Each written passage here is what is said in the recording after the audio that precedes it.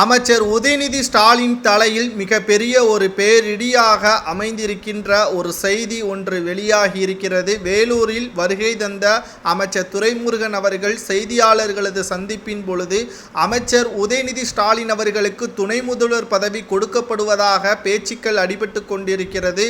ஆனால் கட்சியில் நீங்கள்தான் மூத்த சீனியராக இருக்கின்றீர்கள், அமைச்சரவையிலும் நீங்கள்தான் மூத்த அமைச்சராக இருக்கிறீர்கள், உங்களுக்குத்தான் துணை முதல்வர் பதவி கொடுக்க வேண்டும். ஆனால் உதயநிதி ஸ்டாலின் அவர்களுக்கு கொடுக்கப்படுவதை பற்றி உங்களது கருத்து என்ன என்று கேட்டபொழுது அதை தலைவர் தான் முடிவெடுப்பார், ஆனால் எனக்குத்தான் அந்த பதவி சரியாக இருக்கும்.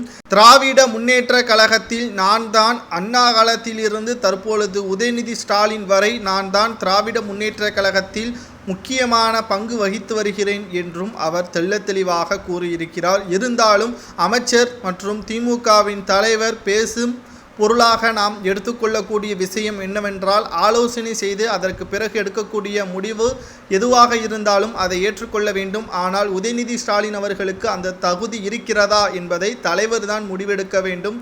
தலைவர் உடனான முடிவிற்கு நாங்கள் அமைச்சரவையில் எடுக்கக்கூடிய ஆலோசனைக்கு பிறகு அதிகாரப்பூர்வமாக தகவல்கள் வெளியாகும் என்று துரைமுருகன் அவர்கள் பேசியிருக்கிறார். இதனால் அமைச்சரவையில் மீண்டும் உதயநிதி ஸ்டாலின் அவர்களுக்கு இடம் இருக்குமா, துணை முதல்வராக துரைமுருகன் அவர்கள் வருவார் என்றும் இதன் மூலமாக தெரிய வருகிறது. துணை முதல்வர் பதவிற்கு துரைமுருகன் அவர்களும் ஆசை வைத்திருக்கிறார் என்ற தகவல்கள் இதன் மூலமாக வெளிப்படுகிறது.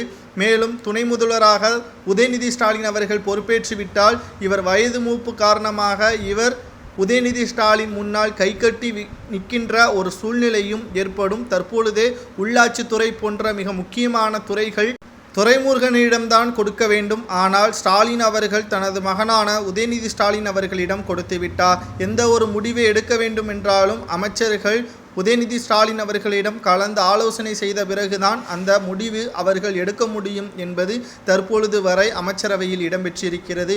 இதுவே துரைமுருகன் அவர்களுக்கு கோபத்தை ஏற்படுத்தியிருப்பதாகத்தான் செய்திகளை நம்மால் பார்க்கவும் முடிகிறது. மேலும் திராவிட முன்னேற்ற கழகத்தை பொறுத்தளவிற்கு குடும்ப ரீதியாக அரசியல் இருக்கிறது நமது அனைவருக்கும் தெரியும்.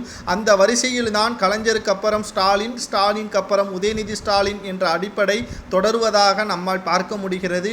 துணை முதல்வராக மட்டும் துரைமுருகன் அவர்கள் பொறுப்பேற்றுவிட்டால் இந்த குடும்ப ரீதியான அரசியலை ஒழித்து கட்டிவிடலாம் என்று தொண்டர்கள் நினைப்பதாக ஒரு தரப்பினர்கள் கூறி வருகிறார்கள். கிட்டத்தட்ட 2 வாரமாக இந்த செய்தி வெளியாகி இருந்தது. இன்று காலையிலேயே ஸ்டாலின் அவர்களும் அவரது மகன் உதயநிதி ஸ்டாலின் அவர்களும் எந்த ஒரு அமைச்சரவை மாற்றமும் கிடையாது என்று தெள்ளத்தெளிவாக கூறியிருக்கிறார்கள்.